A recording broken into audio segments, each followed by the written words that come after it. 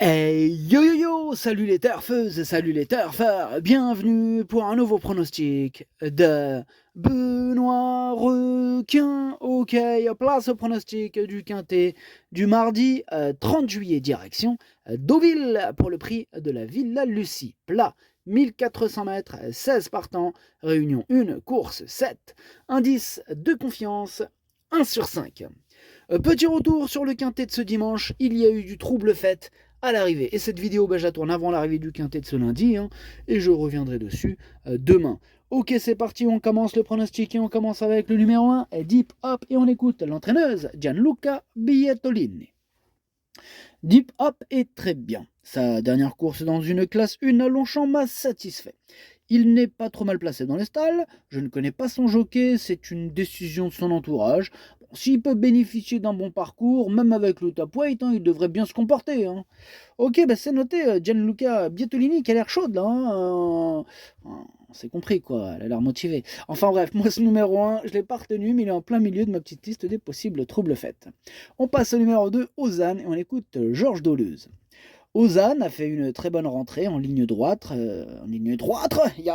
ce qui n'est pas sa spécialité. On sait bien qu'il recourt à domicile sur un parcours qu'il connaît, il est bien.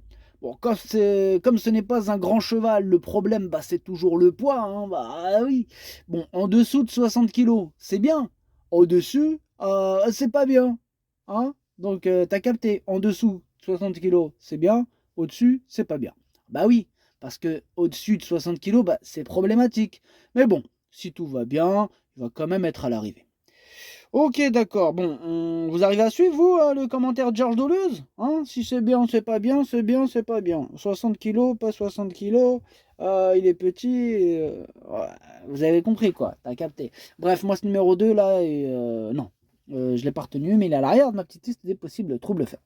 On enchaîne avec le numéro 3, Rakan, et on n'aura pas les commentaires de l'entraîneur, c'est Pierre Groy qui est parti pêcher avec mademoiselle Alicia Carcosa. Ah ouais, elle, c'est école de la piraterie. Juste en dessous de Captain Yann Barbro, il y a Capitaine Alicia Carcosa. Carcosa, il me semble même qu'elle a joué dans Pirate en Caribbean. Enfin bref, ils sont partis aussi avec Fabrice Chappé, amusez-vous bien. Bref. Ce numéro 3, lui non plus, je ne l'ai pas retenu. Comme pour l'instant, ça commence fort. On n'a retenu personne. Ce numéro 3, c'est un regret, c'est mon deuxième cheval de complément en cas de partant. Attention. On enchaîne avec le numéro 4, c'est Shining Ocean, et on écoute Hans Albert Blum. Shining Ocean, il est meilleur sur PSF, donc je suis confiant sur cette surface. Moi aussi, je suis confiant sur cette surface avec ce numéro 4 qui me plaît beaucoup, qui fait partie de mes préférés et que j'ai mis à 3ème. On enchaîne avec le numéro 5, Hotspot, et on écoute Domingos Miguel Batista Ribeiro. Bonjour Domingos. Si, buongiorno. Et Hotspot, il est resté tellement bien qu'on a décidé de le supplémenter dans cette épreuve.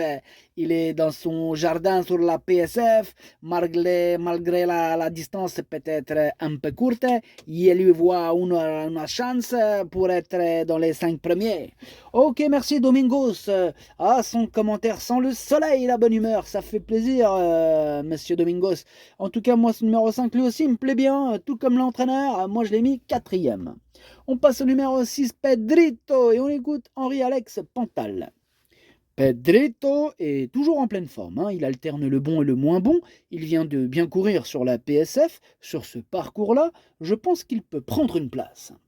Ouais, je le pense aussi, mais voilà, il a fallu faire un choix difficile, c'est lui mon gros regret, c'est lui mon cheval de complément en cas de non partant, attention, possible cassage en vue. On enchaîne avec le numéro 7, c'est Torpen, et on écoute Robin Schoof.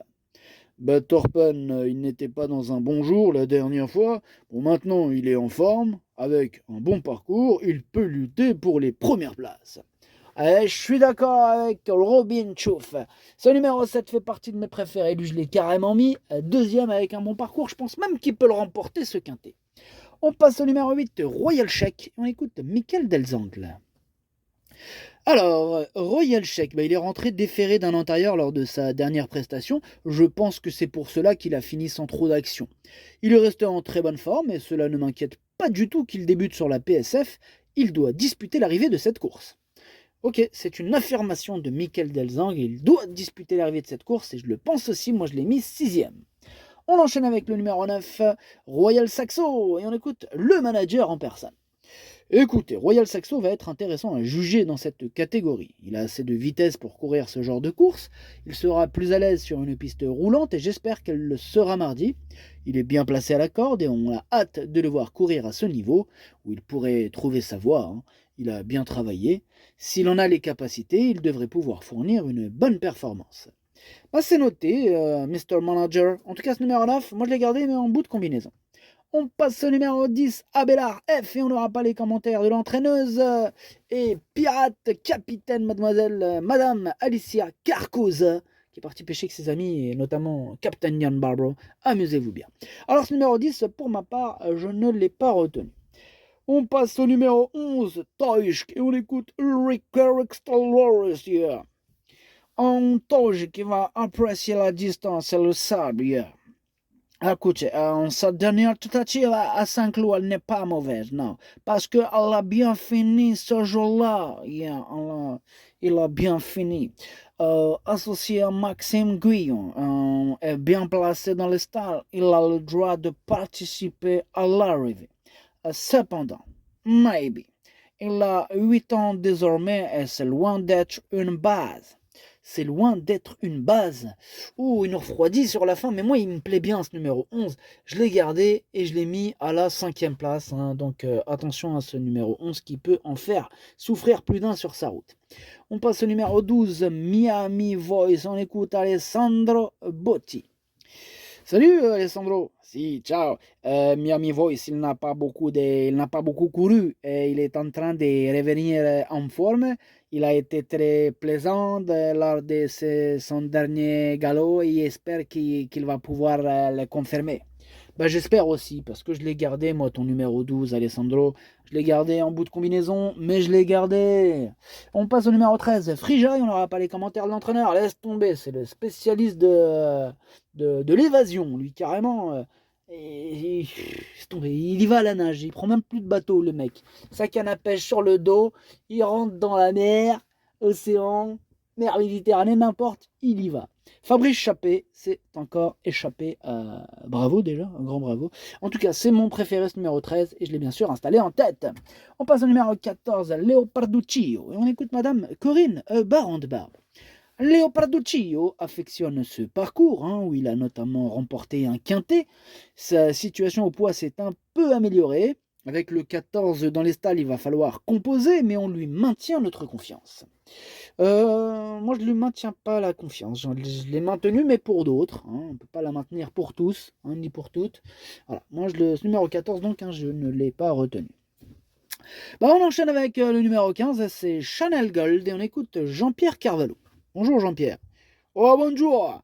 Alors, écoute mon petit. Chanel Gold, il oscille toujours entre la première et la deuxième épreuve, tu vois.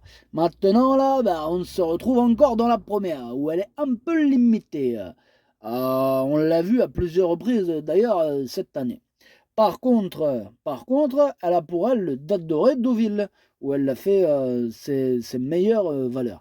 J'espère donc l'avoir profité de cette aptitude pour gagner les quelques kilos qui lui manquent pour accrocher une place. Ok, merci Mr. Carvalho. En tout cas, ce numéro 15, lui non plus, je ne l'ai pas retenu. Et on termine avec le numéro 16, Alcanor, et on écoute Alessandro Botti. Bah, bonjour Alessandro. Si, buongiorno. Alcanor, il était un peu stressé avant la course la dernière fois, il n'a pas bien respiré. Voilà, c'est le problème. Il avait aussi un mauvais numéro à la corde. Ouais, il a dû faire un peu l'extérieur. Or, il est mieux caché. Et oui, c'est le problème. Il avait montré auparavant qu'il avait le niveau d'une telle épreuve. Il est bien et il est confirmé sur la PSF. Ok, merci Alessandro Bocci, mais je vous en prie. Alors, ce numéro 16, pour ma part, je l'ai pas retenu, mais c'est lui le chef et le capitaine de ma petite liste des possibles casseurs du ski repéré. Attention. Le pronostic, ça donne 13, 7, 4, 5, 11, 8, 9, à 12. Merci d'avoir suivi cette vidéo. N'hésitez pas à mettre un pouce bleu si la vidéo vous a plu. Pour accéder à tous mes tickets pour la course du Quintet, rendez-vous directement en description de la vidéo. À jouer avec modération. Bonne chance. Chopez-le moi. Ciao.